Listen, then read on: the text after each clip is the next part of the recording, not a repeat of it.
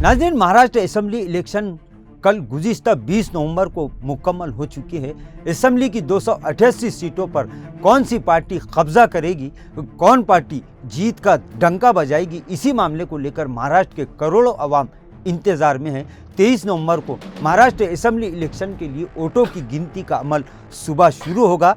वहीं तारीखी शहर औरंगाबाद की 2 असेंबली सीटें यानी सेंट्रल असेंबली हल्का और मशरक़ी असेंबली हल्का इस वक्त सिर्फ औरंगाबाद ज़िला या मराठवाड़ा ही नहीं बल्कि पूरे महाराष्ट्र की सियासत के लिए 2 हॉट सीटें बन चुकी है। नाजरीन, इस सीटों पर किस तरह का मुकाबला हुआ और कौन बाजी मार सकता है, इसी सिलसिले में पेश है ABN महाराष्ट्र की एक स्पेशल रिपोर्ट।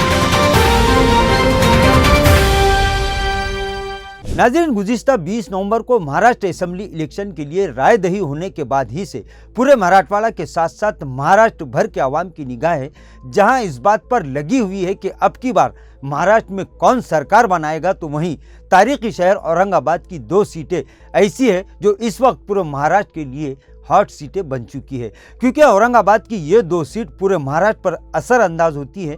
जहां तक औरंगाबाद सेंट्रल असेंबली हल्के के मुकाबले की नाजरीन बात की जाए तो इस मरतबा इस सीट पर चौरंगी मुकाबला हुआ। गुज़िश्ता असेंबली इलेक्शन में यहाँ से मजलिस के उम्मीदवार नासिर सिद्दीकी ने 70,000 के करीब वोट हासिल किए थे। अब की बार यहाँ पर जहाँ मजलिस के उम्मीदवार ने एड़ी चोटी का जोर लगाया है, वहीं वंचित बहुजन अघाड़ी के उम्मीदवार जावेद कुरैशी ने भी अपना दमखम दिखाने में कोई कसर नहीं छोड़ी। जबकि एकनाथ शिंदे की शिवसेना के उम्मीदवार यानी गुज़िश्ता इलेक्शन में भी यहाँ से कामयाबी हासिल करने वाले उम्मीदवार प्रदीप जायसवाल भी शक्ति प्रदर्शन में किसी से पीछे नहीं रहे। इसी तरह नाज़रीन, एक आज़ाद उम्मीदवार हिशाम उस्मानी भी इस वक्त अपनी मुख्तलिफ अंदाज में तशहीर करने के बाद, प्रचार को मुकम्मल करने के बाद जिस तरह से उन्होंने तालीम याफ्ता तबके को अपने करीब करने की कोशिश की, इस मरतबा वो आज़ाद उम्मीदवार हिशाम उस्मानी भी यहाँ पर अपना दमखम दिखा चुके हैं। बहरहाल इस असेंबली हल्के में जहाँ 4 उम्मीदवारों के दरमियान नाज़रीन कड़ा मुकाबला हुआ, जिसके चलते अब 23 नवंबर का सभी को बेचैनी से इंतज़ार है, तो वहीं मशरक़ी असेंबली हल्के में इस बार पचरंगी मुकाबला हुआ। मजलिस के उम्मीदवार यानी साबिक़ रुकन पार्लियामेंट और साबिक़ MLA मजलिस इत्तेहादुल मुस्लिमीन के इस वक्त महाराष्ट्र के सदर इम्तियाज़ जलील और समाजवादी पार्टी के उम्मीदवार अब्दुल गफ्फार कादरी, BJP से साबिक़ मंत्री अतुल सावे, वंचित बहुजन अघाड़ी के अफसर खान के दरमियान मुकाबला हुआ। लेकिन मशरक़ी असेंबली हल्के में नाज़रीन असल मुकाबला अतुल सावे और इम्तियाज़ जलील और गफ्फार कादरी के बीच ही रहा। अब देखना ही है कि मशरक़ी असेंबली हल्के में कौन किस पर भारी पड़ता है और कौन जीत का परचम लहराता है। रही बात मगरिबी हल्के की, तो यहाँ पर महाविकास आघाड़ी के उम्मीदवार राजू शिंदे बाजी मारते दिखाई दे रहे हैं। लेकिन फिर भी जब तक वोटिंग मशीनें नहीं खुलती नाज़रीन, जब तक कोई भी फैसला करना जल्दबाजी होगी।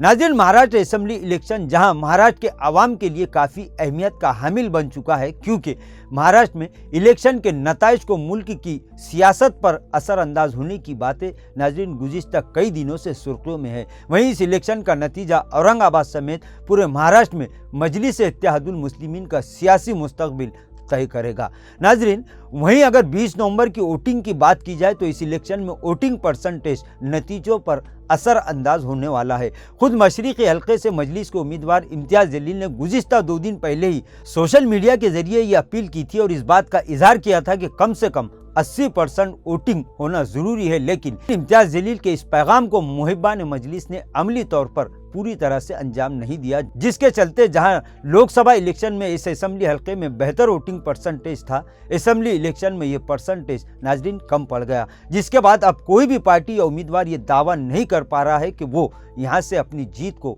यकीनी बना रहा है। रही बात गुज़िश्ता असेंबली इलेक्शन की, तो इस वक्त भी मशरक़ी असेंबली हल्के में वोटिंग परसेंटेज नाजरीन बहुत ही अच्छा रहा था। कुल मिलाकर औरंगाबाद सेंट्रल हो, औरंगाबाद मशरक़ी असेंबली हल्का हो या फिर मगरिबी हल्का, तीनों ही असेंबली हल्कों में वोटिंग परसेंटेज ने इंतखाबी नताइज को सस्पेंस बना दिया है। औरंगाबाद की इन 2 सीटों पर करोड़ों अवाम नज़र जमाए बैठे हैं। अब सबको 23 नवंबर का बेचैनी से इंतजार है। हर कोई अपने अपने तौर पर टोटल मारने में मसरूफ है, लेकिन सोशल मीडिया पर इस तरह के टोटल मारने से नाजरीन वोटिंग मशीनों पर कोई असर नहीं पड़ेगा।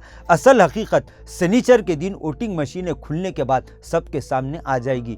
नाजरीन, वही महाराष्ट्र की सियासत की और इंतखाबी नतीजों की अगर बात की जाए तो बड़े बड़े न्यूज़ चैनलों और एजेंसियों की जानिब से जो एग्जिट पोल सामने आ रहे हैं उनमें कुछ महायुति को सरकार बनाते दिखाई दे रहे हैं, तो कई बड़े चैनलों ने महाराष्ट्र में इस बार महाविकास आघाड़ी की हुकूमत बनने का दावा कर दिया है। लेकिन इसके लिए भी नाजरीन अवाम को 36 घंटों का इंतजार करना होगा। आइंदा 36 घंटों में सिर्फ औरंगाबाद और मराठवाड़ा ही नहीं बल्कि पूरे महाराष्ट्र का सियासी मुस्तकबिल तय हो जाएगा।